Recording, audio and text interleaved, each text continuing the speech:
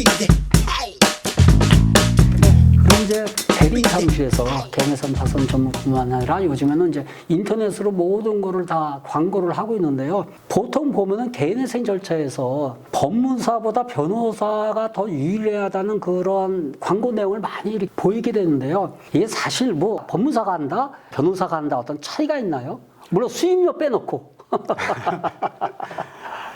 업무를 진행한 사람이 변호사이든 법무사이든 차이는 없다고 2020년도에 법이 통과돼서 법무사도 개인회생 파산 사건의 대리권이 생겼지 않습니까? 대리인이 됐다고 해서 법정에 나갈 수는 없겠지만은 법정에 나가는 거는 변호사도 역시 나가지 않는 상황이고요. 또 부동 대리인이 있다고 하더라도 채무자 본인이 나가서 신문을 받아야 하는 게 개인회생 파산 사건의 원칙이기 때문에 법무사가 하든 변호사가 하든 업무에서 차이는 없다고 봅니다. 그리고 사실 채권자 집회라든지 서울회생법원 같은 게 면담 절차라든지 이게 채무자 본인을 상대하지 사실 대리인 상대를 안 하고 있거든요. 네, 맞습니다. 대리인이 채무를 변제하는 건 아니죠. 네.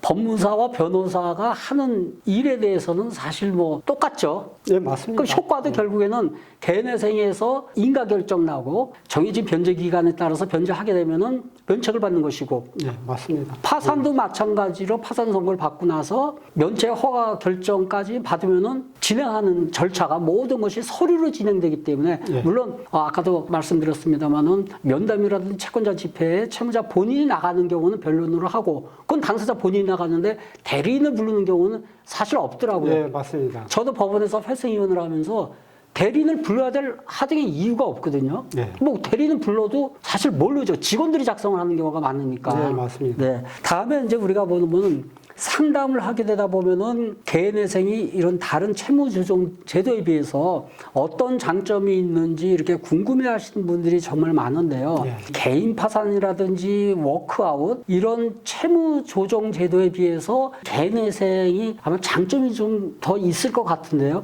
물론 저희가 개인회생을 조장하는 건 아닌데요.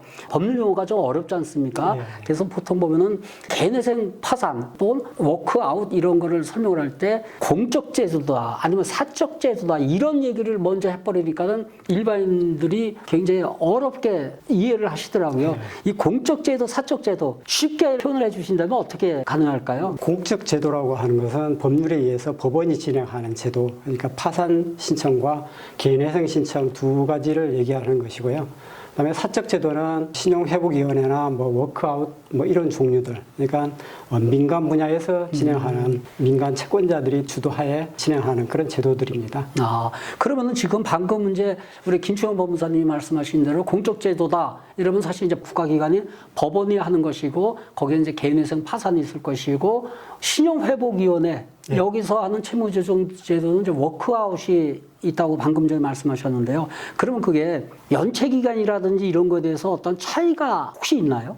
법원에서 하는 제도들은 연체가 지금 현재 진행이 안 되고 있다 하더라도 연체될 위험이 있거나 그렇죠. 또 파산의 위험이 있거나 하면은 파산이든 개인회생이든 곧바로 신청할 수 있고요. 신용회복에서 진행하는 제도들은 보통 최소한 연체 3개월 이상 진행되어야 신청할 수 있는 자격이 되는데 3개월 동안 채무 독촉 받는 게 좀 힘들죠. 네.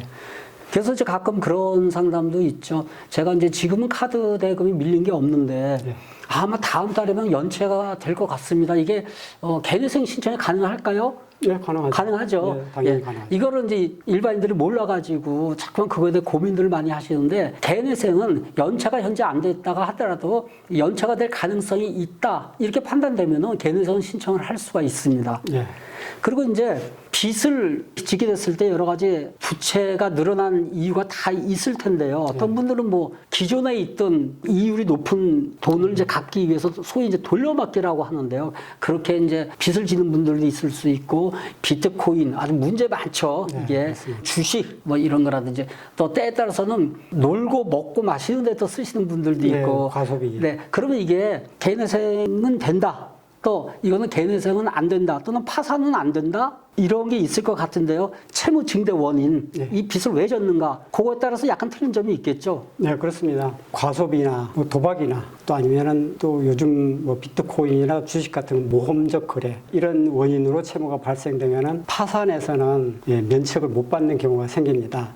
또 신용회복위원회에서도 그런 원인들이 있다면 승인을 안 해주는 경우가 아. 있습니다. 그렇지만은 개인 회생에서나 채무의 원인이 무엇이든 다 할 수가 있고요. 물론 뭐 세금도 가능하고 또 장학재단에서 받았던 대출금도 가능하고요. 모든 종류의 채무가 다 개인 회생 채권의 대상이 될 수 있습니다. 지금 김치영 법사님이 정말 좋으신 말씀을 해주셨는데 국세라든지 지방세 또는 뭐 체납된 건강보험이라든지 연금보험, 퇴직금, 근로자들 임금까지도 여러 가지 조건이 맞는다면은 사실 개인회생 안에서 그 변제 기간을 적당히 조정을 해갖고 할 수가 있거든요. 네. 이런 분들을 일반인들이 잘 모르는 부분인데 개인회생은 원칙적으로 안 되는 건 없어요. 그런데 그 조건이 맞느냐 안 맞느냐 그 차이는 있는데요. 그걸 지금 아주 법무사님이 참 좋으신 말씀 해주셨습니다.